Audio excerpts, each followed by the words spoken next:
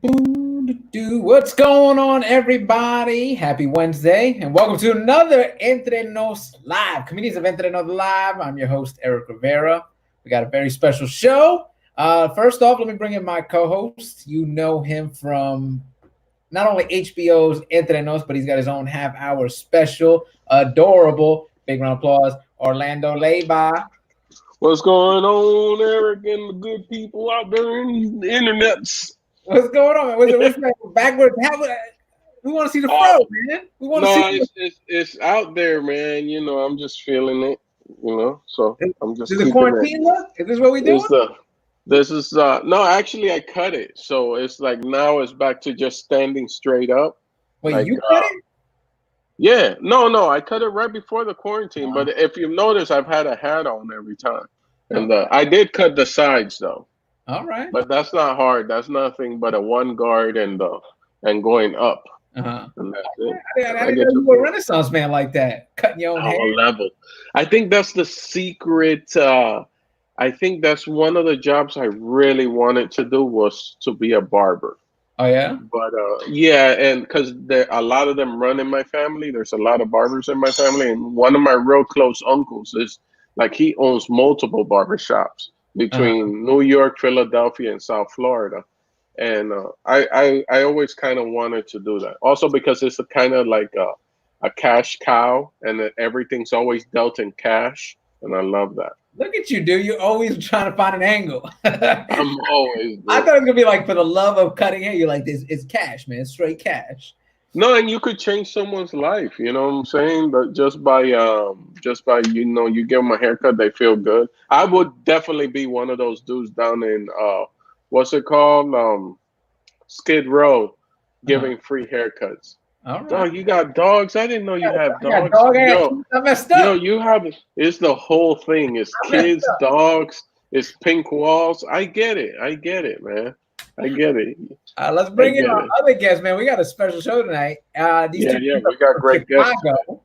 What I love about the working with HBO, like we're learning about new cats that are out there, not just New York and LA, but we're exploring and we're finding out new people out there. And I think both of these dudes are dope. First up, he's got his own podcast called The Legal Aliens.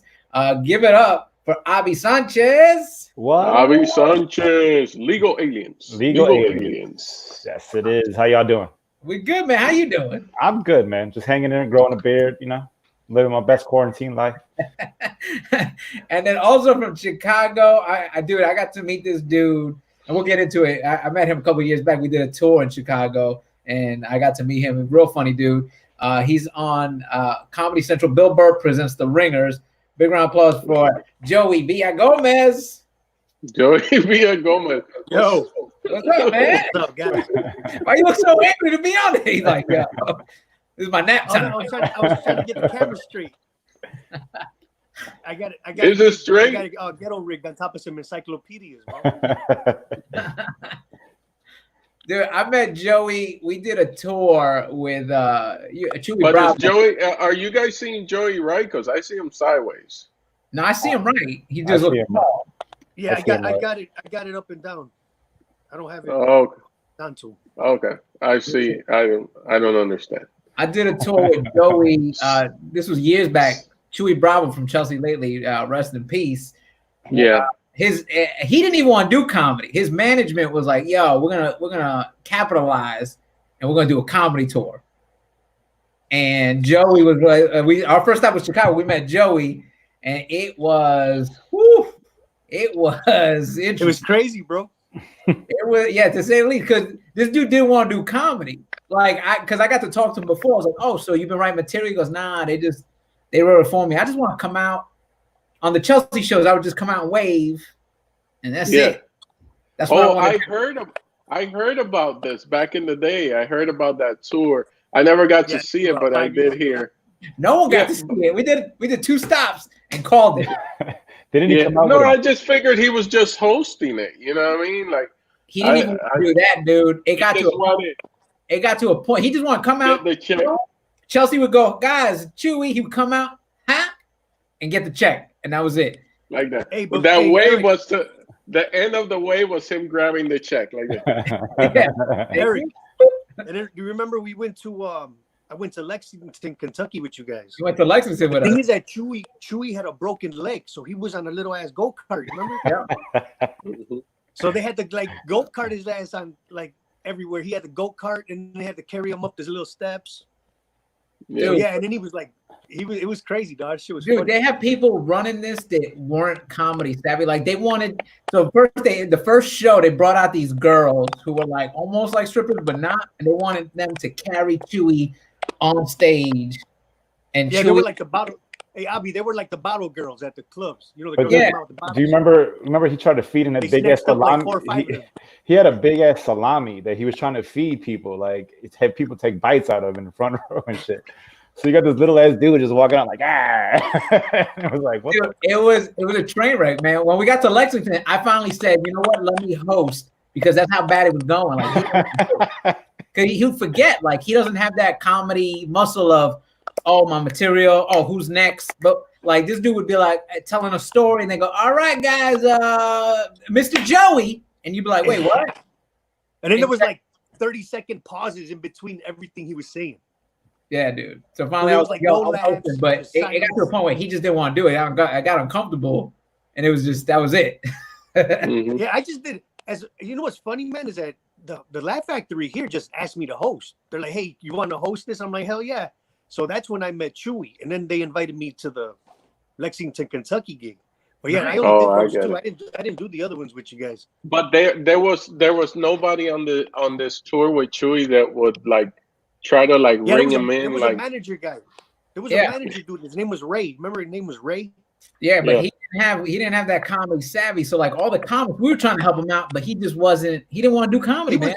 He was like that dude, the dude Ray, the manager guy. He was more into like acting. He was more into actors, models. Yeah. I still follow him on Instagram, and he manages like young actresses and young models, but nothing comedy. Like nobody knew anything about stand-up comedy. Yeah, Except me, wow, you, wow. Nick Guerra and Ada Rivera were on the show. Remember that? Yeah. This is who I heard all the stories from was from Nick Guerra. we were all shell shocked. Yes. Yeah. I fucking rented a car. I had to drive 7 hours to Lexington, bro. Hey, we got paid though. I made some money. It was fun. It was cool. Yeah, we made all right. We did all right. We got some Lexington, Chicago. Yeah, I had some good ass sets at the Lexington, Kentucky one. It was cool. Made a couple fans and shit. But it sounds like it sounds like it was one of those gigs that after they said, "Hey guys, we're gonna cancel it. We're not gonna." Everybody, yo, nobody was like, "Oh no." We were all like, "All right, cool." I get to go home now. Yes. So, fellas, give us the vibe in Chicago. What's it looking like out there with this whole Corona lockdown and whatnot? Man, we got some wild ass people out here. Yeah. You see the dude riding around on a horse? Yeah, you see the people having a twerk party in the middle of the street. What? People on the south side, they was having a twerk party. Like they just blocked off the street and having a twerk party. The mayor tried to yell at these two kids, and they're like, "Take your bald ass home." This is They're the like, fucking "Shut mayor your of Chicago. bald-headed ass up." Take you. You said no, she was dude, like, there's a brother. There's a brother. I don't know where he got this horse from, bro. But he's riding a fucking horse down 87th Street. There's a horse stable down there. Bro. There's a horse stable down there. And he's fucking yelling, "Ha! Ha!" And like at night, they got video of this fool running up and down the street, dude. Dude, I thought things were crazy in LA. Dude, Chicago's a whole different level. Chicago's wild because once it gets warm, people lose their minds, man. Man, compared because I'm also like originally from Miami, so I follow this Instagram called Only in Dade, and like my people in Miami are special, and the thing that I just keep asking myself is like, when did LA, Los Angeles, California, La La Land, movies, TVs, crazy people, like when did we become the civilized ones? When are we like? Because I love it, man. I walk down the street and I've never owned a pit bull, but it's like everybody just jumps off the sidewalk. I jump off the sidewalk. I have space everywhere. I love it, man. But it's like, but then I talk to my people in other states and it's like, are we the only ones behaving? So even the beach, they just opened the beaches here, but it's like my wife was like, "Yo, let's go and sunbathe and whatnot," and I was just like, "Nah, can't do that, bro. It's only for surfers. You can only surf, run, and drive your bicycle, but that's it, man." Nah, Chicago got people outside daily. They don't care at all. Like, it's nice out. We getting the weather. We're enjoying the weather. We're going out there. Yeah. No mask, no nothing. Like, we outside. See, the thing is, man. The thing is too. Like, the thing about Chicago, because it's so segregated. Like, where I live at, like, all the Latinos are kind of scared, bro. So I live in a straight up Mexican neighborhood. All the older Latinos. They're being cautious. But up on the north side, where like all the yuppie weirdos, bro, they go jogging and there's 1,000 motherfuckers jogging on the same little ass path. Wow. They're just coughing in each other's faces at the same time. It's wild. Yeah, like, I'm on the north side, so the north side's funny as hell to me because they had cop cars driving through the parks, getting people out of the park. Like, just come on, guys, get out of there. How about comedy-wise? Have you guys started getting hit up and whatnot? I just recently had a conversation with some of my team, and they were like, "Hey, Orlando, certain things are opening up. Are you available to go back on the road? Are you willing to go back on the road?" Certain comics have said that they're done for the rest of the year. They're like, "Nah, I'm mailing it in." And obviously, because their savings were right. And me personally, I just don't. Yeah, man. If it comes on, let's let the offers come in and let's see what they're offering for me to go risk my life. How about you guys? Anybody else getting that type of information or whatnot? Questions? Not me. But as soon as they do open up, I'm out there. I don't give like if I die, I die. Like, I'm not worried about it. Now if you die, I'll miss you. All right. Yeah, if you exactly. die, I'll miss you. This will be my last. You gonna be taking certain precautions when you start traveling. You gonna like walk with a vat of Purell or something? What's happening? I might do the mask. That's about it. Not even that. I swear, once this thing's over, I'm gonna go back to how it was before. Like, start tongue kissing hobos. You know what I'm saying? Like, I'm just gonna be out there wild, bro. Like, happy to be outside. Yeah, because I mean, shit, it's hard to wear a fucking mask everywhere, though. You know what I mean? Like, I mean, and not only that, but I mean, this is on a whole nother level as far as like when it comes to a fucking pandemic happening and shit. But remember, after 9/11, people were scared to fly, people were scared to travel. Everybody thought shit was about to blow up. So like, eventually, we're just gonna be like, fuck it, everybody's cool. It's just a flu. You know what I mean? Like, once Donald Trump decides that enough people died, we're gonna be Now, how many comics do you think are gonna be out there on the road selling masks and merch? Yo, pick up this hamburger mask. Every single meme comic. Yeah. Like, yeah, whatever they're saying is. Right they gotta get that catchphrase. It says hamburger. Yeah, hamburger. It's like a quack quack. Hell yeah. That's not a bad idea. Look at Joey writing it down. I got a couple things. Oh, keep speaking, Eric. I know, right? I'm gonna start selling masks with weed holes in it. So take a puff. Hey, there's already fucking DJs. There's already DJs promoting, like, you know how they're live Instagram shit, whatever. They're like COVID party, fucking COVID DJ live set. COVID-19 DJ set. Like, what the fuck, man? Speaking of Instagram, have you guys seen this video? I bring it up because I can't stop watching it. Hold up. Let me pull this up real quick.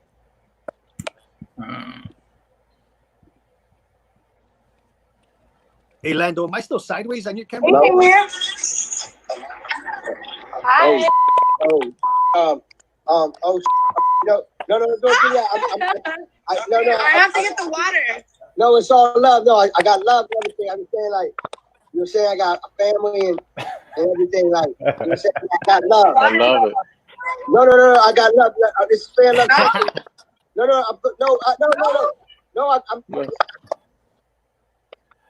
It's talking to me normal. Talk to me normal.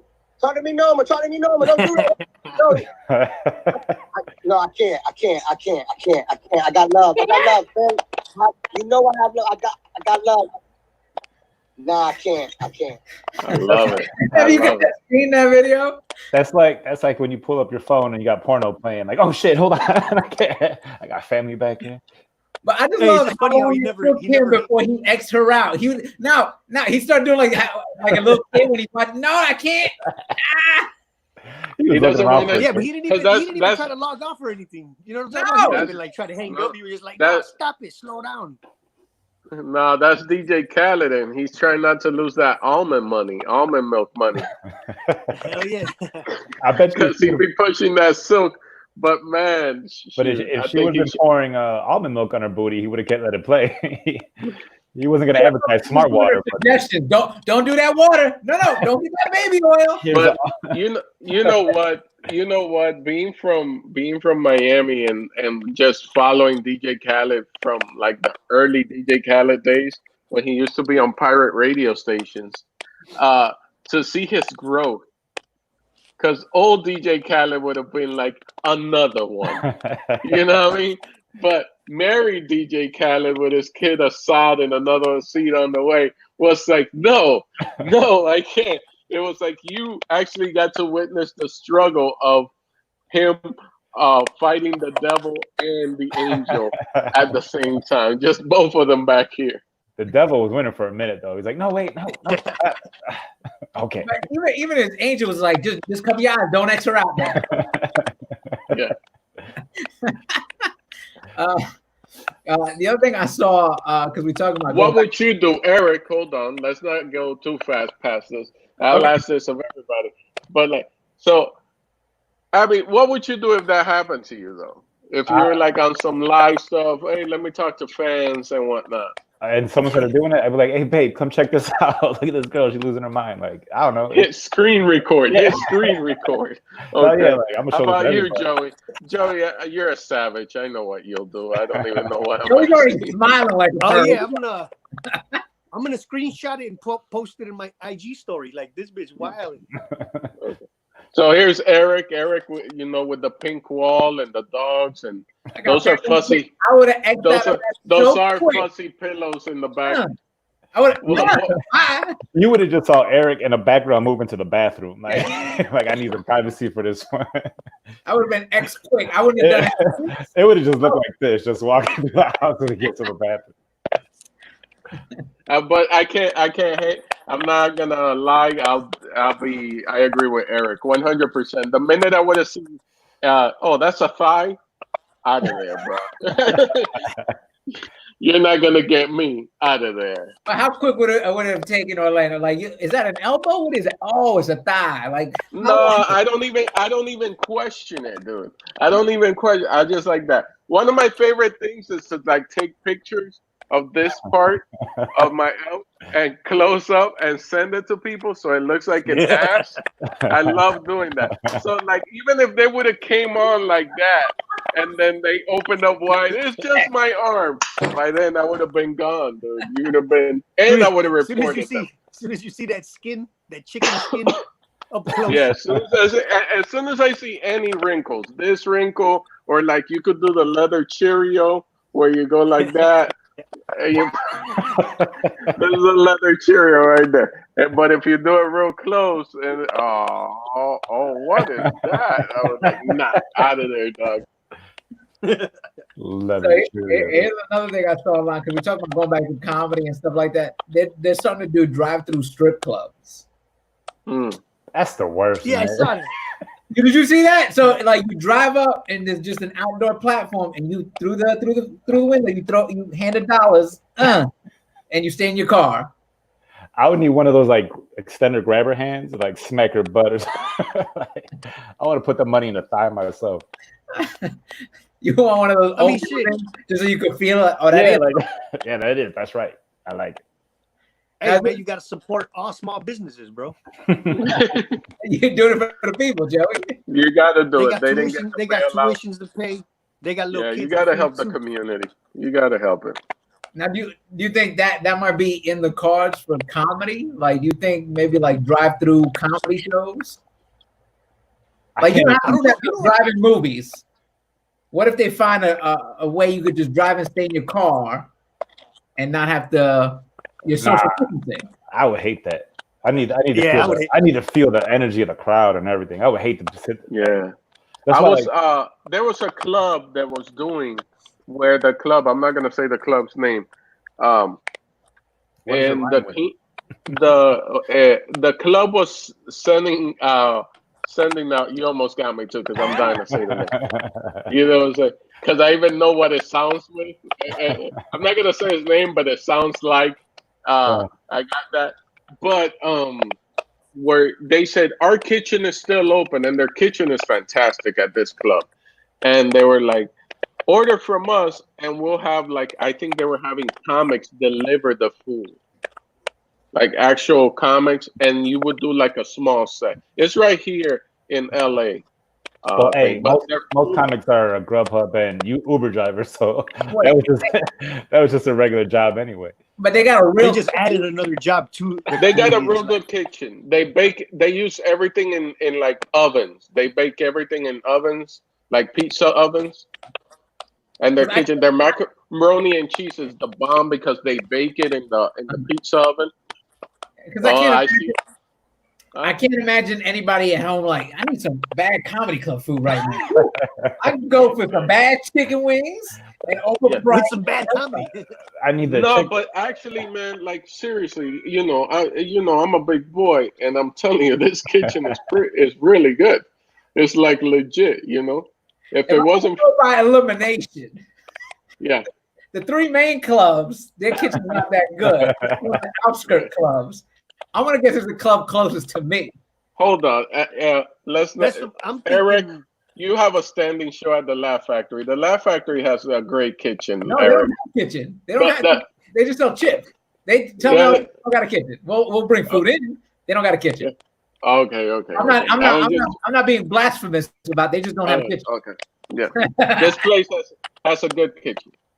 All right. So if I'm gonna go by elimination, it's one of these outskirts, and I'm gonna guess it's the closest one to me. That's all I'm saying. Which one is that, and who books it? Do you live close to Burbank, Eric? Joey, what do you listen? They don't book me. Maybe they might. I don't know. I'm not going to deliver a pizza and do a set, Joey. Only because I'm only saying that based off me trying the food. That was the best one. Yeah. So everybody, I'm not gonna say his name, but it rhymes with clappers. Anyway.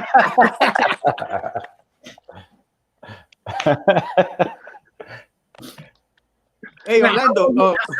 Orlando. As a matter of fact, that's where I met you. I was there with JF Harris over the summer. Yeah. And I popped in there. You did a set. You killed it, bro. That shit was hilarious, man.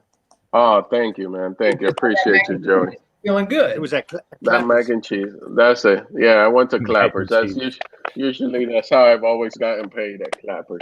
Mac and cheese. With mac and cheese. Hey, you want some food? You want some food? I've been trying to pay my rent with drink tickets, and that shit ain't hitting. Nah, they don't take that. There's 2 drink tickets, boss. Let me get that.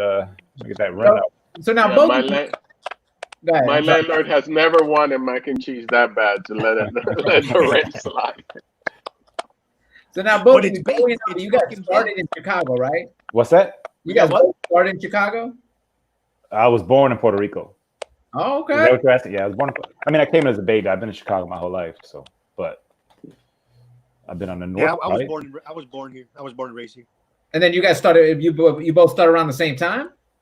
I think Joey's got 3 years on me. No, I got about 5 or 6 years ahead of Abi. Yeah, I met Abi when I was already running a room on the south side when Abi, because it was kind of popular. It was me and Mike Yo he ran a room on the north side, and he gave me a room on the south side for me to run. So it got pretty popular. All the comics were coming through there. And Abi popped in there, like in 2010 or some shit? Yeah, this is my 10-year anniversary this year. Yeah, because I was already like 5 or 6 years in when Abi popped in there. Right.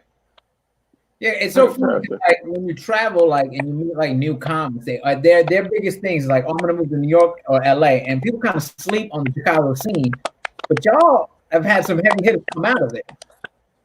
Dude, shit. The room that I ran, fucking Hannibal, TJ Miller, Kumail, Little Rel, all them guys ran through that room with me, bro. Yeah. They were on the open mic scene and doing all the showcases around here in 2006, 2007. Yeah, I feel like Chicago's where you come to get your bachelor's. You know what I'm saying? And you put your hours in, then you can move out if you feel like moving out. Yeah, I don't think you got to move out, especially now with the internet and you can build a fan base through social media and stuff like that. You don't need to move out to the coast unless you got a job out there. Like for me to go to LA, I would need a fucking some kind of gig. This is expensive. And not only that, but like, yeah, you need a gig bad. But what I realized too from going, because what I did was I would just go to LA twice a year. I would do that every year. And then, just get spots from the headliners I worked with. You know what I mean? So like Edwin or Felipe and stuff like that. So it would give me little spots, but I try to move out there. You could get on stage every night here in Chicago. Right. Even 4 or 5 times. It's not as much as New York, but right next to New York, you could get up 3-4 times a night. Yeah. So that's why it was just hard to move, because I tried to move to LA. I was out there for like a couple months, man. I got on stage like 10 times, Rowan. 2 months. Yeah. Well, the thing I've always told other comics when they tell me about LA, and I always tell them, well, what are you going to LA for? No, it's LA and the comedy scene and everything. I go, if you're going for stand-up, that's not really it. If you're coming here, it's because you either want to write on a show, you want to write a script for a movie, or you want to enter the whole acting side of this world. But for the stage time and stuff, that's not what this place is built for. All right. Yeah, I always say, when young comics always ask me, like, I want to go to LA, I want to go to New York. I always tell them, like, well, if you want to do stand-up, New York is where you go, because that's where the stage time is. If you're going to do, like Orlando said, writing and other stuff, then you go to LA. But you gotta go in with the mindset of, I'm not getting up as much because I'm going to be working on this other stuff. I'm working on the long game now. Yeah. And see, Chicago got so many spots to get up at. We're getting New York comics coming here first now. They'll come here, do 2 or 3 years here, and then move back to New York. Right. Yeah. Yeah. Like we got comics doing that now. And it's like a $200 flight to go to New York. So if you know enough people, you can couch crash for like 2-3 weeks, bang out a bunch of shows. I know people that have went and they just go for like every season. They go 4 times a year, 2 weeks, do a quick run, come back, and then they just 2-hour flight, bam, you're back home. Yeah. It's just expensive. New York is big. Yeah, I enjoyed it. I've been to Chicago twice. And it was a great experience. It was with True TV, so I did that laugh tracks. So I would go there, and there's great people from there that are here now or they're there during that time. And one of your guys, what is it, Dave? Hellum? Dave Hellum. There you go. He's a perfect example, man. Yeah. Great room in Chicago. Came to LA, writing on TV shows and just climbing that ladder. Like he came here with the right mind state. He did it right. He had the he writing. Put his 6, 7, 8 years of comedy here too before he decided, you know what? Same thing with Chris Redd that's on SNL. He did his time in Chicago. As soon as he knew he was getting work in LA, he went to LA, did his time there, and then jumped over to SNL. So it was like you have to go. And by the way, I don't know how close you guys are with Chris Redd or Dave, but those 2 dudes right there show you so much love when you're with them and you're spending time with them or whatnot. And it's like they're part of they're real close with us. I mean, they're part of they're the homies when they come to Chicago. We hang out with them. I got the actual phone numbers. You know what I'm saying? Yeah. Not Chris Redd. I got a DM him, but still, I got Dave Hellum's phone number. So we're getting. This is becoming too much inside baseball. So what's the next question there, Erik Rivera? Oh no, I want to talk to you guys because you guys are both Chicago-based. I know you guys are watching The Last Dance. Oh, dude. I don't think you understand like how excited I am every Sunday night. In the city? Are you guys like? Is it an electricity going through the city because you guys are living in this highlight reel? It's like the '98 Bulls are back. Like legit, motherfuckers are excited for every time it comes on. I don't think you understand. Like we are geeked up for this. Erik, I don't know how many Chicagoans you follow on Facebook, but we're annoying as fuck right now, bro. Y'all acting like it's happening right now, in real time. Miami Heat fans hate us right now. Nick, everybody hates us right now on Facebook. Dude, I'm not gonna episode. I forgot. Like I don't hate, and they showed a lot. For some reason, they're showing a lot of Miami Heat getting beat up on. But anyway, I don't hate. It's fantastic. I'm not gonna lie. Back in the '90s, I was a hardcore Knicks fan, right? And I forgot the intensity of those games. And then this last episode, we showed it. I got angry all over again. I was like, bro, Dude, that John Starks dunk, I felt that like I had just watched it live. I was like, damn, he got us on that one. Dude, I used to have that post in my room where it was called The Dunk. And it would show those two to get him dunking on them. Yeah, but then when Pippen dunked on fucking Ewing. That's gonna be next episode when they show that. And then he told Spike Lee to sit his ass down. Told you. It's so crazy. Here's watching it. Like we remember how good Jordan was, but then you watch it like you're like, he was goddamn. Dude, I'm watching those highlights like they're actual games. Like, oh shit, he did. You know what I'm saying? Like, it's giving me those nostalgia feelings. That's what it is. It's just like taking you back like a Wu-Tang album, like that. Yeah. Eric, a lot of the younger guys don't know. I mean, me and Abi were teenagers. I mean, I was through my high school years during that whole era. So like for the last 3. I mean, we had parties. We were 16, 17. We're like, let's get the blunts, get the 40s, fucking put a TV in the garage. I mean, we'd have these humongous parties, bro. Now, did you guys ever go see? Did you guys get to see him play live? I never saw him play live. I never saw him play live because it was so hard to get tickets. And you had, I don't know if you can see that. If you look at the background of all the people at the games, it's just rich white people, bro. Right. There's no even Latinos at the fucking actual Bulls games back in the day, bro. Even the nosebleeds were a couple $100. It was crazy. Yeah, they were expensive. So like I remember that when they first started, that they were still when Chicago first beat Detroit. I was young and I was cleaning the windows at a baseball card store. Like that was my job that I had. But I would clean the windows, they would pay me, and I was saving money to get a Jordan rookie card, Jordan basketball rookie card. And I saved up, it was $100 back then. A mint Jordan rookie card was $100. And I saved up the $100. I was going to buy the Jordan rookie card. And then I discovered girls, and I blew the whole $100. I blew the whole $100 on taking a girl to the movies and then Burger King right after. Damn, that cost $100. Have you looked it up to see how much it's worth now? I won't even do that to myself. I won't even do it. That's the fun. I don't want to go. Hey, Lando. But in my storage, I have the Jordan locker upper deck locker set that it was just like a locker box with nothing but Jordan packs inside of it. I have stuff that one day I'll look into how much it all costs. But that's your 401k. Yeah, man. I did the same thing. This was a couple years back when my first son was born. This was like KD's rookie year. I was gonna buy an autographed KD basketball. It was like $150 online, and my wife was really gonna spend $150 on that. That could go to diapers, and I was like, yeah, you know what, you got a point. And now I look it up from time to time. I'm like, damn it, $150. You know how much that'd be worth right now? I let her know every time. I'm like, yo, I show it. I'm like $1,000 now. You see what you did? Where's all them diapers at now? Yeah, garbage with shit in them. Now, were you guys in Chicago? Were you guys doing the whole like buying the Jordans to rep them at school and be part of the whole movement? I couldn't afford them. Well, I had one pair back in the eighth grade, and that was it. You had a pair. Okay, so hey, listen. I had the Air Jordan 5s. Because we have a research department, Eric and I now, and that's just me on my old computer looking up stuff.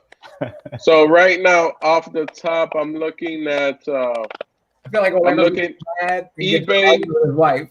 I'm looking at eBay, and we have one for $39,000, almost $40,000. A Jordan rookie card. A Jordan rookie card, yeah. And then we. Hey, where's that girl at now? I'll be really like you dig that knife in. Wow. And then we have. Let me see. There's another.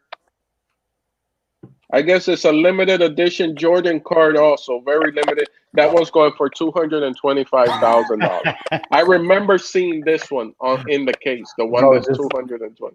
Just close that old computer, close that laptop. That's the one you were going to buy for $100. No, I deserve this. Orlando's going to email her tonight on Facebook. You owe me.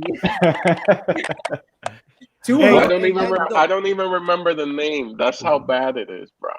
I don't remember, but I just remember that I had that $100, right? And I was gonna buy that card, and it was in the sealed you know, the little plexiglass With thing. the screws, with the screws in Yeah, it. and it was like it had papers to it, like how authentic. Had a pink slip and shit. Jesus, bro. So what do you still own any sports memorabilia now, Lando, or no? What? Do you own any sports memorabilia? Like any? Yeah, I do. I have like you can look it up. It's an Upper Deck, but those don't cost much. It's an Upper Deck locker series of his last season. A couple of football stars. I was an idiot, man. Like I remember passing on Shaq's rookie card because I thought it was all fake. Like when he came out and broke the rim on Inside Stuff with a moderate shot, I was like, that's fake, dog. They said that. I was a cynical kid. That's fake. Yeah, what kind of kid does that? I don't watch wrestling. It's fake. As a kid, you buy into it. No, that's the thing. I was into wrestling, though. Greg the Hitman Hart threw his glasses at me at the Miami Arena when I was a kid, bro. That was like, I was legit, like, but I was like I was a Dusty Rhodes and Ric Flair guy. So that was real, but Shaq fake.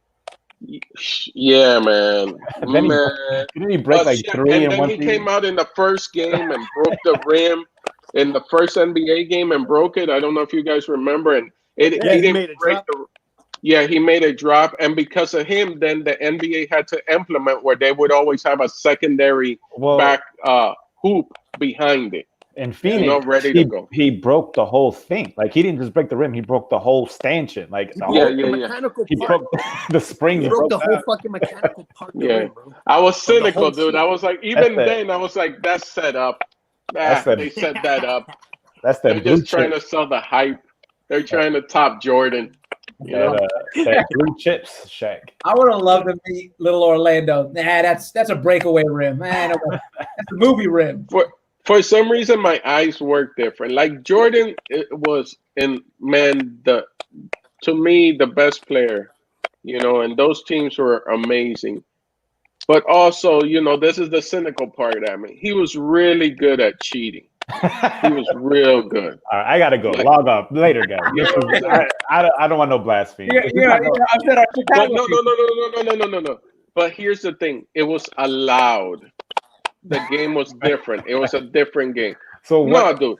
Okay. What about LeBron? What about LeBron and his flopping? Let's go with that hand check. Let's go with hand checks and how Jordan was a master at grabbing your wrist, and when he took off, he would pull you behind him. He would pull you. It was fantastic, dude. It was an artistry. If he's playing within the rules. Even Kobe. I'm about to say this is Larry Bird, the same thing. Fantastic at cheating. Magic Johnson, amazing at cheating. It was magic that they never caught him. Those little pushes, why did he just keep going? Oh, slow down the film. You'll see the push. You played the game with true integrity and won a championship, Patrick Ewing. Let's just throw that out there. We're owed a championship. You were one finger roll away from the championship. Don't get dude. Did you ever see that 40 for 40 when they showed in slow-mo? My heart every time. How does an 8-foot dude miss a finger roll? Damn. He didn't practice. Yeah, like Eric, how do you feel about the Knicks owner treating the way he treats Big Oak Tree? Well, you know what's crazy is, so I was a huge Knicks fan back in the day, and I stopped following the Knicks because I'm one of those guys, like when you got a guy who you built your team around, who you put up there, like Jordan, right? You guys built around him. No matter what, you're supposed to let that dude retire on your team, and that's how I felt about Ewing. And then next thing I know, I'm watching him in a Magic jersey. I'm watching him in a Supersonics jersey. I forgot about the Sonics. Dude, that broke my heart. I was like, I can't. This team stinks. Like the way they just booted him, like he did it all through the 90s, carry that team and take us to the playoffs, and they just acted like, we don't need. The New York disrespect was real because that's when the OJ thing chase was happening, and they put them in a small screen so they could watch it. Yeah. So you got AC and OJ. You got little ass thing watching the Knicks and the Rockets play. That's a great memory. I was legit trying to watch the basketball game, and it's like OJ's on the run. Like I don't give a fuck. Yeah. Like I'm trying to watch this game. But it was fantastic that was like he just said, and I remember seeing it in the news where people were at sports bars and they're watching the game at a sports, and they're like, "What the fuck? What just happened? Where's OJ on the screen in a white Bronco?" You seeing LA traffic and you're trying to watch a basketball game. So now you said you got a pair of Jordans in 8th grade. Yeah, it was my first pair of the Air Jordan 5s. What about you, Joey? Did you have Jordans growing up? Yeah, I think one pair, bro, in elementary school too. Because my parents weren't trying to drop that $100, even though they weren't $200 or $300. They were still a lot for like a Mexican parent. Like fuck that. Yeah, dude, I didn't get my Jordans till like a couple years ago because it was the same. My parents were like, "We're not. You're out of your mind." Bro, the only time I got shoes was when my mom got her income tax refund. So if I had a growth spurt, I was fucked until next April, next May, because I wasn't getting new shoes. It was like I got 1 year of shoes, like one pair for the year. That was it. Yeah, I wore Bobo shoes. I wore Bobo shoes all that. Man, I got bagged all through. That's how I was able to develop a sense of humor, because my first pair of name brand shoes was Jordans, and they were Jordan 7s Raptors. And I gave them to myself from working and whatnot for my 15th birthday. I had turned 15, and I had money saved up. I remember going to buy them, and my mom was like, "You worked hard for that. You're gonna spend just on one pair of sneakers?" Because I was wearing like Payless and supermarket sneakers till then. And you couldn't even run. You just sliding everywhere. No, I just slid everywhere. Like I'm with you. Oh, I had Payless and Favor. You remember Favor? Yeah. Favor, dude. Nobody remembers Favor. That's what my mom used to buy this shit. My favorite pair of Payless were the ones that look like baseball cleats. They had like the little nubs on the bottom of them. They had that tongue that flapped down.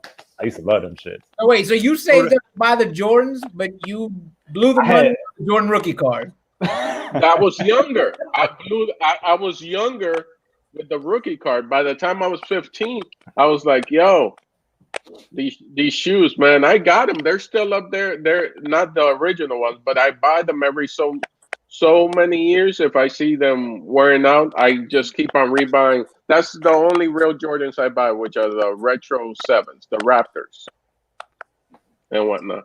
And it was too much. That same shoe, I think, was the one for Space Jam, the one he wore in the Olympics. Yeah, that was the '92 Olympics. Those are the Olympic ones. The Space Jam ones were the patent leather ones. Yeah, you know what? Too, those shoes changed everything. I was never really into the Jordan shoe anyway, bro. I was more into like Air Max, Air Force Ones. Air Cortez, like, with your Mexican. You know, give me Cortez. All the gangbangers wear the Cortez, bro. You couldn't wear that shit around. Oh, the cholos. But like by the time I had a job and had my own money, I would rather buy like a $90 pair of Air Max or something than Jordans. I was just never into the Jordan shoe. Mm-hmm. Especially now, like the way these. You see that shit? You see the line outside the store at the Foot Locker the other day, Abi? Oh, it's impossible now. Quarantine. Yeah, it's impossible. 1,000 people outside waiting for the Jordans. That's what. Yeah. And then they did that in Atlanta. They opened up the mall, and everyone swarmed the mall for Atlanta. It was crazy.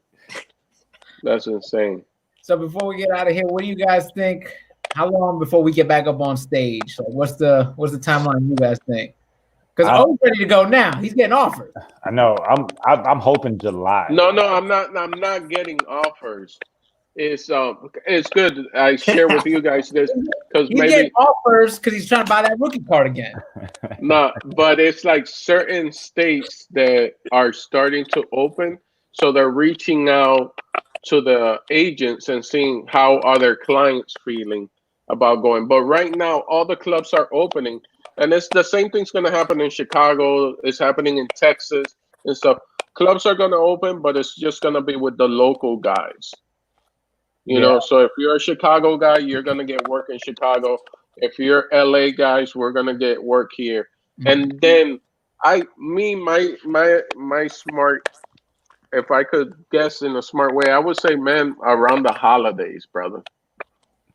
you know, because even then it's kind of. I know it's going to be after summer. Yeah, for sure. That sucks. It sucks, bro. Because I talked to like, well, I didn't talk to her. I put out there for the 3 club managers, like, hey, let's just do a comedy marathon. As soon as we open up from 7 a.m. to 1 a.m., just keep feeding comics, 15-minute sets. Let's just get everybody back out there. Because every first show is going to be whack as fuck because everyone's talking about Corona. They're all going to be talking about the same things.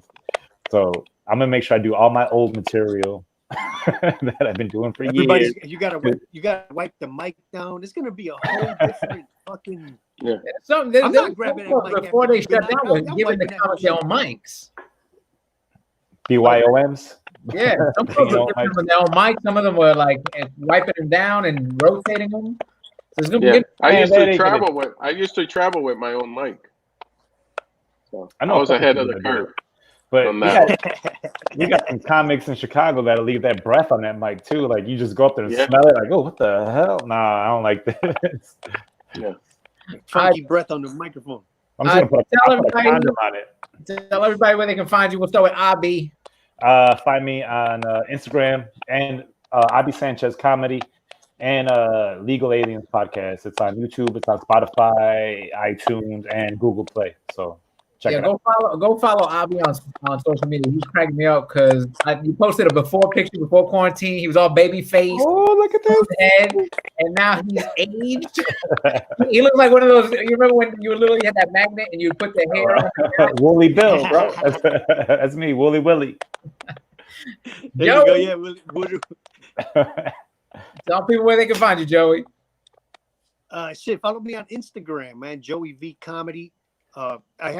Check out the Bill Burr special. It's on my IGTV. The set is on there. It's also on the Comedy Central app.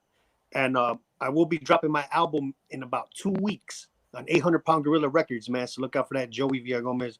The name of the album is called Jokes, Sex, and Rock and Roll. Oh, let's go. I think you have to change that after the quarantine. Ain't nobody gonna be having sex. It's gonna be jokes and rock and roll. Well, it's because there's a lot of stories about my crazy ass dad in there, dog. So. Orlando. Make sure you share with us, Joey. That way we can share it on our own personal Instagrams and let people know your album's coming out when it does come out. Thanks, man. Okay. Appreciate Orlando, you can find me at Hey Lando. That's it, man. Go watch this half-hour special. It's streaming now. HBO Go now. HBO on demand. Oh, we made it. Oh, and we made it to Apple TV. We're on Apple TV. We're on Apple TV. Yes. There you go. Dude, my wife saw that. She goes, "We get like a discount with Apple products." I was like, "I wish." And you can find me at Erik Rivera Comedy on Instagram, Facebook, YouTube, all of that.